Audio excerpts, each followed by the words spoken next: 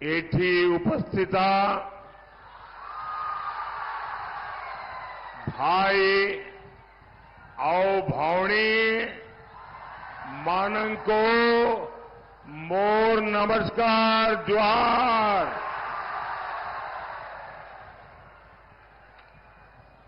यहां मैंने देखा एक बिटिया बहुत बढ़िया चित्र बना के लाई थी, साथ में राम मंदिर भी बनाया था। वो चित्र के पीछे आपने अपना नाम पता लिखा है। ये बच्ची भी कोई किताब विताब लाई है, देना चाहती है, जरा ले लीजिए भाई। वो कोई नौजवान हमारी मां का चित्र बना के लाए हैं, हाँ वो भी ले लीजिए। वो एक बच्ची को एक किताब जैसा है उसके हाथ में ले लिया। आप सबने अपना अता पता लिखा है।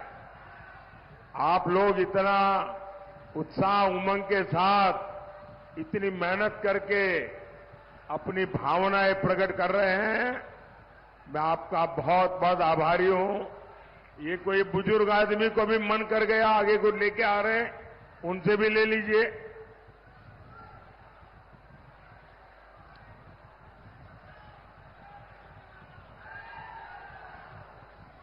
हमारा उड़ीसा कला का धाम है, हर परिवार में कला है और इतनी बढ़िया बढ़िया चीजें बना के लाते हैं सब।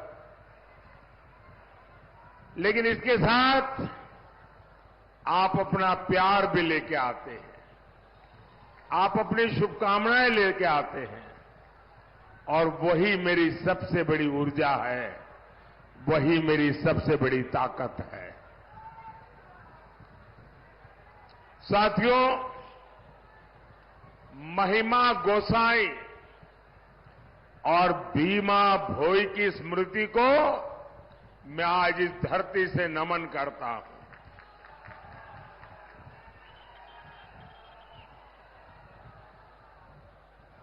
साथियों,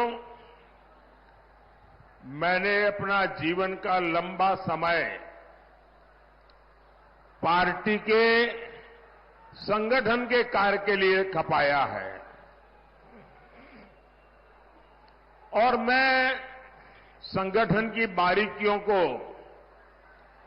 बहुत भली भांति जानता हूं। अगर मुझे गुजरात में कोई कहे कि बहुत बड़े लीडर आने वाले हैं, सुबह 10-11 बजे रैली करो, तो मैं हाथ जोड़ के कहता था कि नहीं जी, 10:30-11 बजे कौन आएगा, ये संभव नहीं है। आप 2 बजे के बाद का टाइम दे दो। बड़ा मुश्किल होता था। सुबह 10 बजे ये भीड़, ये जन सैलाब, पूछे पूरा स्टेडियम भरा पड़ा है। ये अद्भुत दृश्य है। और ये तो 10:30 बजे हैं। मैं जब सुबह 7 बजे पुरी में भगवान जगन्नाथ जी के चरणों में वंदन करने के लिए गया था, भगवान जगन्नाथ जी के आशीर्वाद लेने गया था, सुबह 7 बजे पुरी के रास्तों पर हजारों लोगों की भीड़। और मैं अभी सीधा पुरी से आ रहा हूं। थोड़ी देर पहले मुझे महाप्रभु जगन्नाथ जी के दर्शन और पूजा अर्चन करने का सौभाग्य मिला। और मैंने प्रभु जगन्नाथ जी, और जगन्नाथ जी ऐसे हैं, हर किसी की आशा पूरी करते हैं, तभी तो वो पूरी है। मैंने उड़ीसा और देश की सुख समृद्धि के लिए महाप्रभु जगन्नाथ जी से आशीर्वाद मांगा है। भाइयों और बहनों, आज देश में 5वें चरण का मतदान भी हो रहा है। बड़ी संख्या में वोटर्स पोलिंग बूथ पर पहुंचकर अपना कर्तव्य निभा रहे हैं। मैं सभी मतदाताओं से और विशेषकर फर्स्ट टाइम वोटर से आग्रह करूंगा कि वे अपना वोट जरूर डालें। साथियों, जिनको अभी भी मन में अगर दुविधा है, गर्मी है, जाऊं न जाऊं, वो जरा इस सभा में एक नौजवान को मैं देख रहा हूं और मैं देख रहा हूं वो व्हीलचेयर में है। ये इससे बड़ा इंस्पिरेशन क्या हो सकता है? मतदान के लिए देखिए, एक जागरूक नागरिक अपनी असुविधा, अपनी कठिनाई की परवाह किए बिना राष्ट्र के लिए क्या करना चाहिए, इसलिए यहां आकर के मौजूद है। मतदाताओं के लिए यही प्रेरणा है। मैं आपका बहुत आभारी हूं दोस्त। साथियों, चुनाव के इस समय में दुनिया के कई एक्सपर्ट्स देश भर में घूम रहे हैं। वो भारत के इस तरफ जरा जो चित्र लाए हैं जरा ले लीजिए। किसी को निराश मत कीजिए भाई, किसी को भी निराश मत कीजिए। ये लोग देने के लिए आए हैं, कुछ लेने के लिए नहीं आए हैं।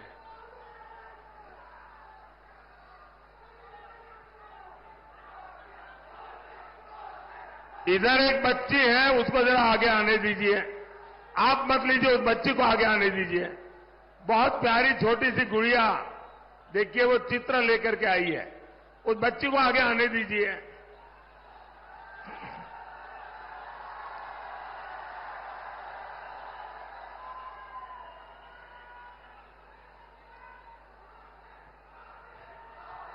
शाबाश बेटा। बेटा तुम्हारा चेहरा नहीं दिखाई देता है मुझे। अरे भाई, आप ऐसे छीन मत लो, वो बेटी का चेहरा मुझे देखना है। शाबाश, शाबाश बेटा।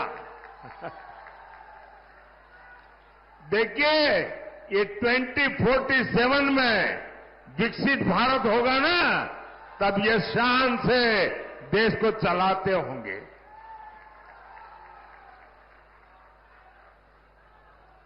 साथियों, चुनाव के इस समय में दुनिया के कई एक्सपर्ट देश के कोने कोने में जा रहे हैं, वहां के हालात का जायजा ले रहे हैं, भारत के लोकतंत्र के उत्सव को एंजॉय कर रहे हैं। वो भारत के मतदाताओं की नब्ज टटोल रहे हैं।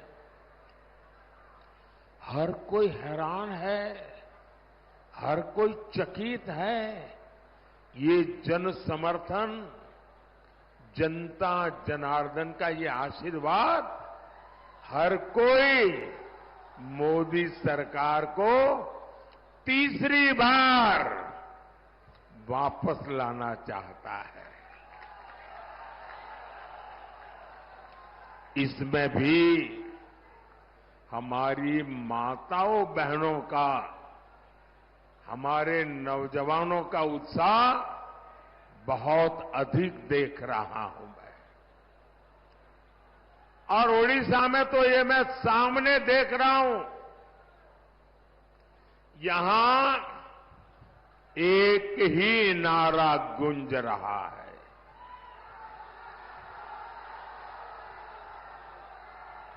ओडिशा के गांव गांव, गली गली, घर घर से एक ही आवाज आ रही है, ओडिशा में पहली बार डबल इंजन सरकार। ओडिशा में पहली बार डबल इंजन सरकार। ओडिशा रे प्रथम थर है डबल इंजन सरकार।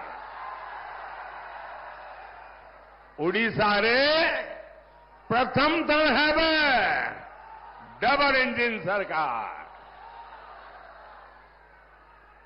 साथियों, आपने बीजेडी सरकार पर 25 साल भरोसा किया है।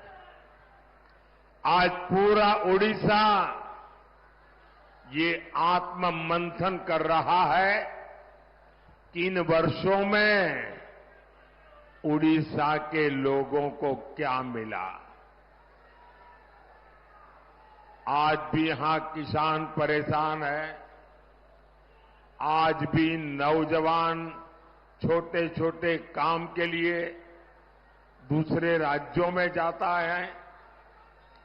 हद तो ये है कि आदिवासी क्षेत्र जहां जल, जंगल, जमीन है, खनिज संपदा है, वहां सबसे ज्यादा बेहाली है। माताजी, आप वो तस्वीर नीचे रखिए, आपके हाथ थक जाएंगे और पीछे लोगों को दिखता नहीं है। आप सब नीचे रख दीजिए, अपना नीचे रखिए। और इन्हीं इलाकों से सबसे ज्यादा पलायन होता है। क्यों भाई? इतने समृद्ध ओडिशा की जनता इतनी गरीबी में जीने के लिए मजबूर क्यों है? जरा भाई एसपीसी के लोग इन सबसे ले लीजिए, वरना उनको भी चैन नहीं होगा और मुझे भी चैन नहीं होने देंगे। ये जो काले शर्ट वाली बच्ची है ना, वो कब से किताब लेके खड़ी है, जरा ले लीजिए उससे। बेटा आगे आ जाइए। यहां आना संभव नहीं है बेटा, यहां आना संभव नहीं है। वो सिक्योरिटी वाले तुम्हें बहुत परेशान कर देंगे।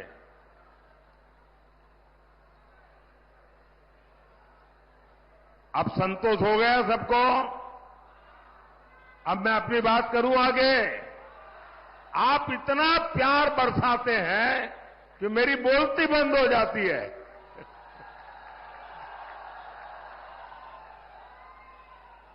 साथियों, मैं गुजरात से आया हूं। मैं सोमनाथ की धरती से आया हूं, जगन्नाथ की धरती को प्रणाम करने आया हूं।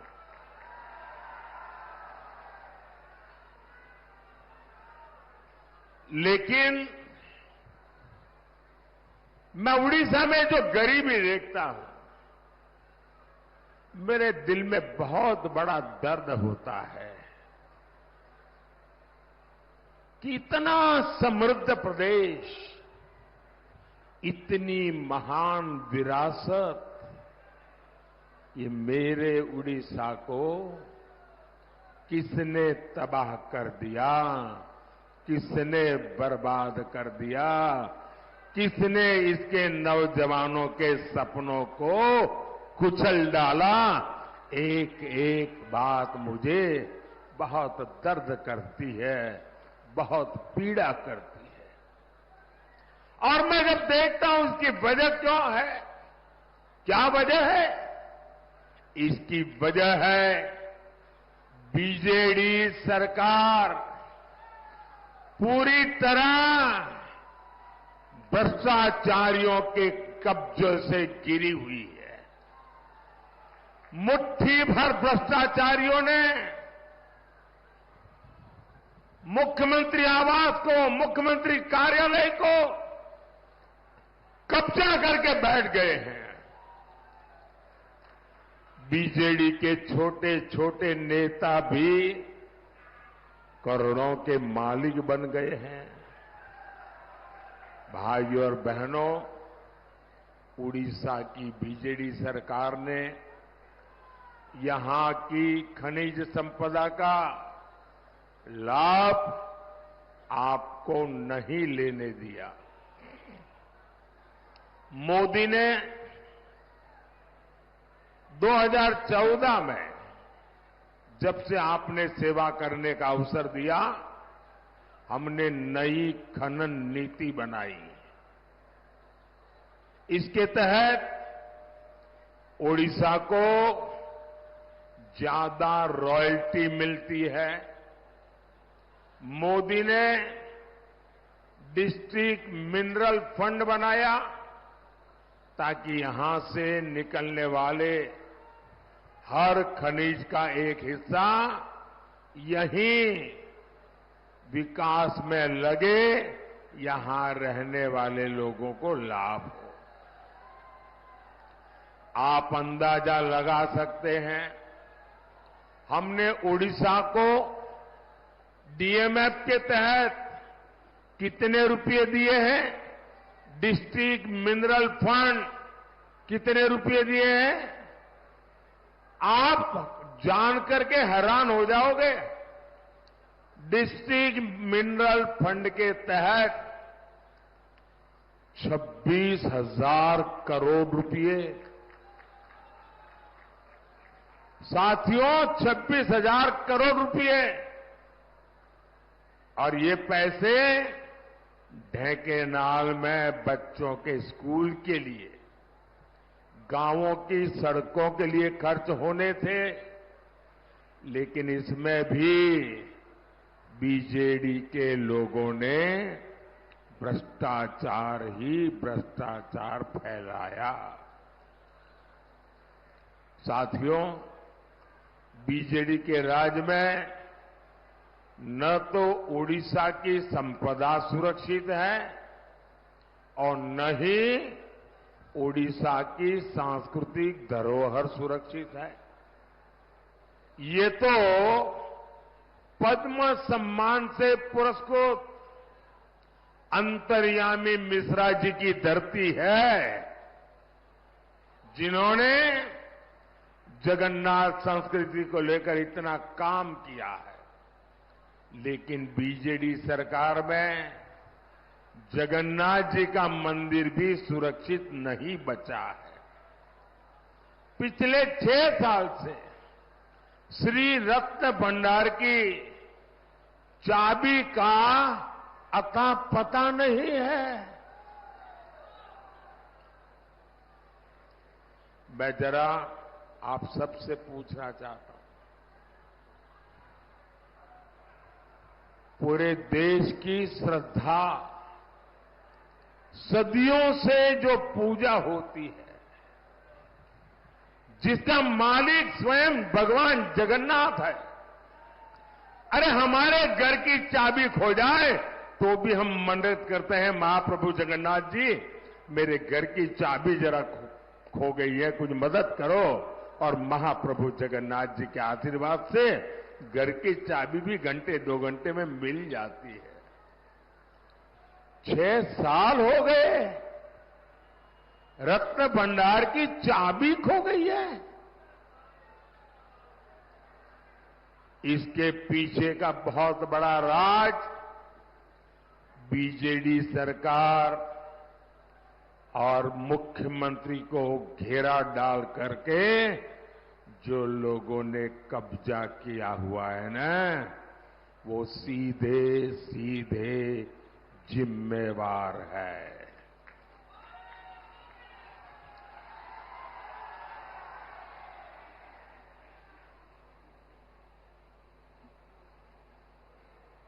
पूरा उड़ीसा जानना चाहता है कि जो जांच हुई थी उसकी रिपोर्ट में ऐसा क्या है कि बीजेडी ने वो रिपोर्ट ही दबा दी। बीजेडी की खामोशी से लोगों का शक गहरा रहा है। मैं आज उड़ीसा के लोगों को भरोसा देता हूं, उड़ीसा में भाजपा सरकार बनते ही दूध का दूध, पानी का पानी हो जाएगा। भाजपा सरकार जांच रिपोर्ट को सार्वजनिक करेगी और महाप्रभु जगन्नाथ जी की ये हमारी सबसे बड़ी सेवा उसी से शुरू हो जाएगी। साथियों, ये बहुत गंभीर घटना है जिसमें उड़ीसा की धरोहरों को लेकर संवेदनशीलता नहीं है। वो धरोहरों का संरक्षण भी नहीं कर सकते ये लोग। उड़ीसा का तेज विकास तो उड़ीसा की मिट्टी की संतान ही कर पाएगी। और इसलिए मोदी ने आपको गारंटी दी है, आप यहां भाजपा की सरकार बनाइए। भाजपा उड़ीसा के बेटे या उड़ीसा की बेटी को ही उड़ीसा का मुख्यमंत्री बनाएगी। और आपको मालूम है ना, मैंने पहले से बताया है, शपथ ग्रहण की तारीख बताई है, पता है ना? कौन सी तारीख? मैं आज आपको निमंत्रण देने आया हूं। 10 जून को उड़ीसा में डबल इंजन सरकार का शपथ ग्रहण कार्यक्रम होगा। ये सरकार का जाना तय है। भाइयों बहनों, 21वीं सदी के उड़ीसा को विकास की रफ्तार चाहिए। वो बीजेपी सरकार किसी भी हालत में नहीं दे सकती। इस शताब्दी का अब तक का पूरा हिस्सा आप बीजेडी को मौका दे चुके हैं। अब समय आ गया है कि आप बीजेडी की ये ढीली ढाली नीतियां, ढीला ढीला काम, स्लो रफ्तार को छोड़कर भाजपा की तेज रफ्तार सरकार चुने। आप सभी देख रहे हैं, पिछले 25 वर्षों से उड़ीसा में सिंचाई के अनेक प्रोजेक्ट अटके, लटके और भटके हुए हैं। रंगाली सिंचाई परियोजना 80 के दशक से बन रही है, आज तक नहरें नहीं बन पाई। एक और प्रोजेक्ट स्वर्ण रेखा सिंचाई परियोजना, इस पर 1970 से प्लानिंग चल रही थी। आपने मोदी को अवसर दिया तो इसको हम पीएम कृषि सिंचाई योजना के दायरे में लाए। उड़ीसा में ऐसे 8 बड़े सिंचाई प्रोजेक्ट थे जो कई दशकों से लटके हुए थे। इनमें से 5 को तेज रफ्तार मोदी सरकार पूरा कर चुकी है, लेकिन बीजेडी सरकार के ज्यादातर प्रोजेक्ट आज भी अधूरे ही है। साथियों, ओडिशा के धान किसानों के साथ भी यहां बरसों से विश्वासघात हुआ है। यहां किसान साल में एक फसल मुश्किल से ले पाता है। वो मेहनत करता है, धान उगाता है, लेकिन 2200 रुपये का घोषित एमएसपी तक उसे नहीं मिल पाता। बीजेडी के नेता धान किसानों को मंडी में लूटते हैं और इसलिए भाजपा ने गारंटी दी है। आप मेरा एक काम करेंगे, जरा हाथ ऊपर पकड़ के बताइए, मेरा एक काम करेंगे? करेंगे? जरा जोर से बताइए, करेंगे? पीछे स्टेडियम वाले बताइए, करेंगे? आप हर किसान को मेरी तरफ से मिलिए और किसान को मेरी एक बात जरूर बताइए। उनको कहिए कि आज तक जो आपकी लूट हुई है, मोदी ने गारंटी दी है कि यहां बीजेपी की सरकार बनेगी तो छत्तीसगढ़ की तरह उड़ीसा में भी धान का एमएसपी 2200 रुपया नहीं, 3100 रुपये क्विंटल होगा।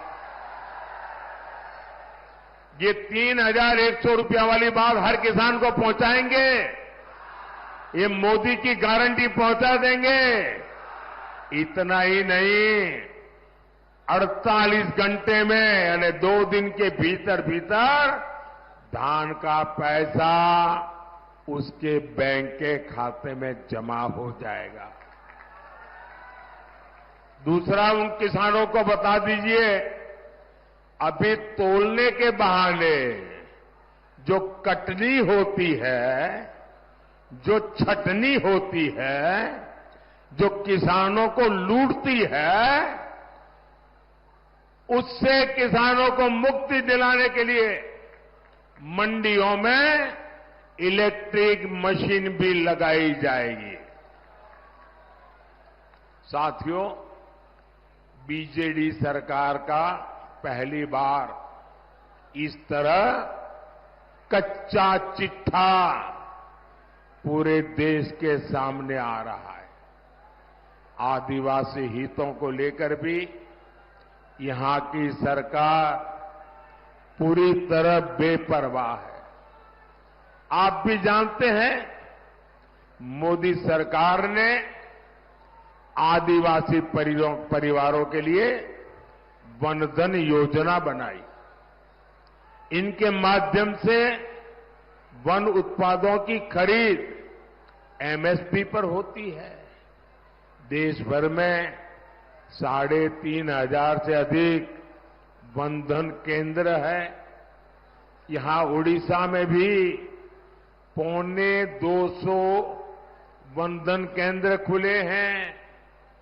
इनमें 80 से ज्यादा वन उत्पादों की खरीद एमएसपी पर होती है।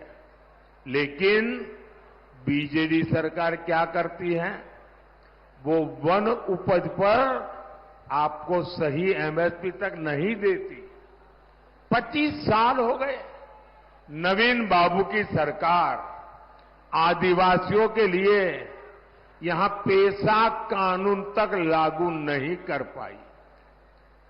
इससे आदिवासी परिवारों के भूमि अधिकार से जुड़ी अनेक समस्या ज्यों की त्यों है। भाइयों और बहनों, उड़ीसा में बीजेडी सरकार की वजह से हमारी माताओं बहनों का घर चलाना बहुत मुश्किल हो गया है। अब देखिए, मोदी दिल्ली से आपको मुफ्त चावल देने के लिए पैसा भेजता है, लेकिन बीजेडी के लोग यहां उसमें अपनी फोटो लगाते हैं और आपके हिस्से का चावल बाहर बेच देते हैं। इसलिए उड़ीसा की महिलाओं के लिए भाजपा ने एक बहुत बड़ी योजना बनाई है। भाजपा की सुभद्रा योजना उड़ीसा की हर बहन को बहुत मदद करने वाली है। मोदी आपके घर का बिजली बिल जीरो करने के लिए कोई काम कर रहा है। पीएम सूर्यघर मुफ्त बिजली योजना का तेजी से विस्तार हो रहा है। आप अपने घर पर सोलर पैनल लगाएं, इसके लिए मोदी सरकार आपको 75,000 रुपये से ज्यादा दे रही है।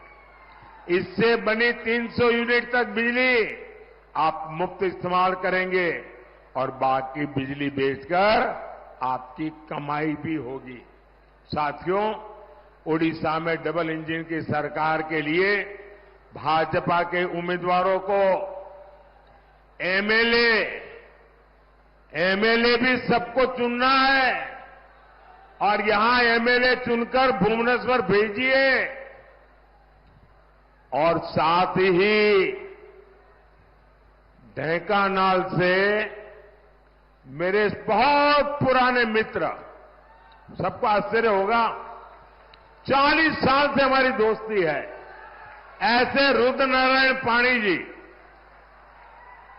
40 साल से मेरा नाता है इनसे, और संबलपुर से धर्मेंद्र प्रधान को रिकॉर्ड वोट से जिताकर दिल्ली भेजिए।